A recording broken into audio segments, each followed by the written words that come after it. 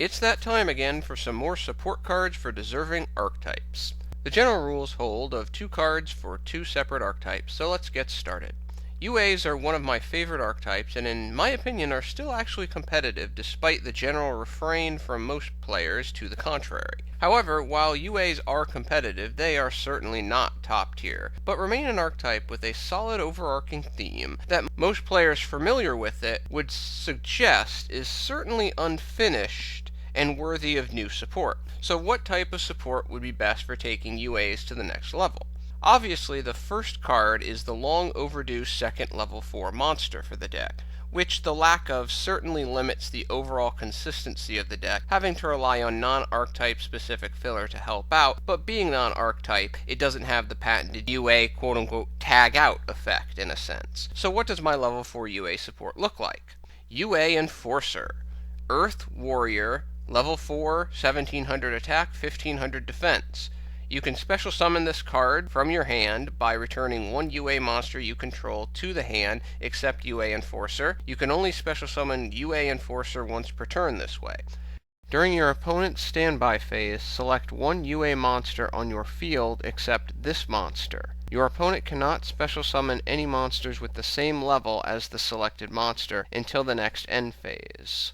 If another UA monster is targeted by a card effect or an attack, you can switch that card or attack declaration to this card. You can skip your draw phase to add this card in your graveyard to your hand. Finally, Hockey has entered the UA family, and in a big way. Not only is Enforcer valuable as a level 4 with a UA generic tagout effect, but it also serves 2 thematic purposes as the protector of the other athletes. The first effect makes sure that any monsters with a similar level to the turn's anointed star monster are intimidated enough that they are limited in their ability to hit the field to cause any trouble. The second effect provides a level of protection for those monsters that fail to heed the intimidation factor of Enforcer. Finally, Enforcers do not just roll over and quit after getting knocked down, they get up again and return to the ice to help the team win, i.e. the ability of Enforcer to return to your hand in lieu of your next draw phase. As for the second card, the Dreams of an Olympic Hopeful.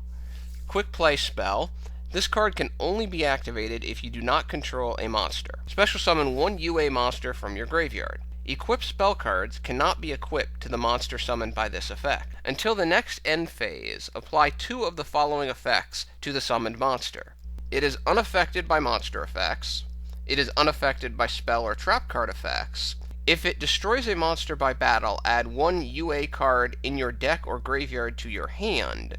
Increase its attack points by 1000. One of the problems with the UA archetype is that it does not have a strong ability to recover when things go bad. Olympic Hopeful attempts to reduce the negative aspect of this problem on the deck as a whole. Its quick play standing allows versatility in what can be summoned, and the variety of potential bonus effects born from the newly inspired competitor further increase the ability of the monster to get the job done for team and country. Obviously, the equip spell restriction is important because the OTK potential of this card in combination with Jersey is just too ridiculous. The other archetype receiving support in this discussion is one that could be left for dead when the new Link summoning comes out in late July. So let's fix that with some new support for Super Quantum. Obviously, the first thing that comes to mind of most when thinking of new support for Super Quantum is where are the other 2 quote-unquote Rangers and their mechanized associates? Well, under the rules I can only make one, so here he is. Super Quantum Blacklayer, Dark Fiend, Level 2, 1000 attack, 1000 defense. If this card is normal or special summoned, you can look at a number of cards in your opponent's hand equal to the number of Super Quant cards on your field and in your graveyard minus 1. If your opponent has a monster that can be summoned, return 1 monster on the opponent's field to the opponent's hand and special summon 1 monster from your opponent's hand to their field in face-up defense mode. If this card is sent to the graveyard, you can return 1 Super Quant monster on the field to your deck to special summon 1 Super Quant monster in your deck to your field. You can only activate each effect of Super Quantum Blacklayer once per turn.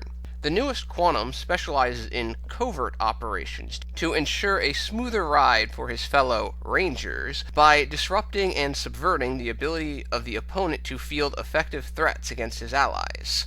Obviously, the ability to see cards in the opponent's hand and even change the monsters on the field is powerful enough that it required a proper prerequisite to avoid splashing into other decks. Black Lair only looks out for his fellow Super Quantums. Others need not apply for his services. Even in death, Black Lair is still able to attempt to manipulate the situation to grant an advantage to his compatriots, increasing the probability of success by allowing one Super Quantum to substitute for another Super Quantum.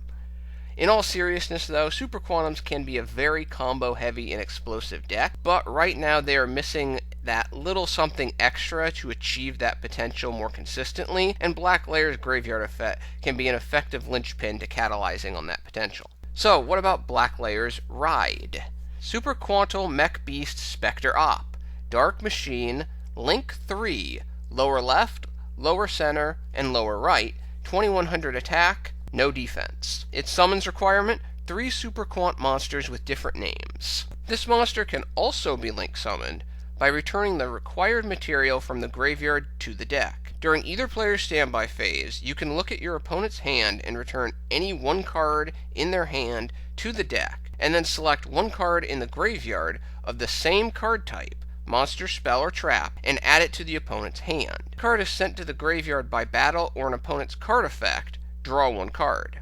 Oh, it's the first Link monster in this Create a Card series of mine, and definitely the type of card that I feel Super Quantums need to survive in a Link Summons world. Not only does Spectre Op produce 3 Link zones to help set up Magnus summoning, but it can arrive on the field in a Code Red type fashion when other Super Quantums are taking it on the proverbial chin, and the battle momentum is swinging towards the forces of evil. After hitting the field, Black Lair's ability to cover for his allies and disrupt the opponent's plays is further increased by directly swapping more dangerous threats for less dangerous ones. Even when damaged beyond repair, Spectre Op provides a last dash of assistance, allowing the player to draw one card. Obviously, as it goes, all of these cards would more than likely have to be play tested in an environment to ensure that they were not too powerful. They don't appear to be too powerful relative to some of the other cards in the meta, but you never really know. So that overall sums up how I would design some new support to better advance the competitiveness of UAs and attempt to save, in a sense, Super Quantums from the Link system. Thank you for your attention and your time. I'm out.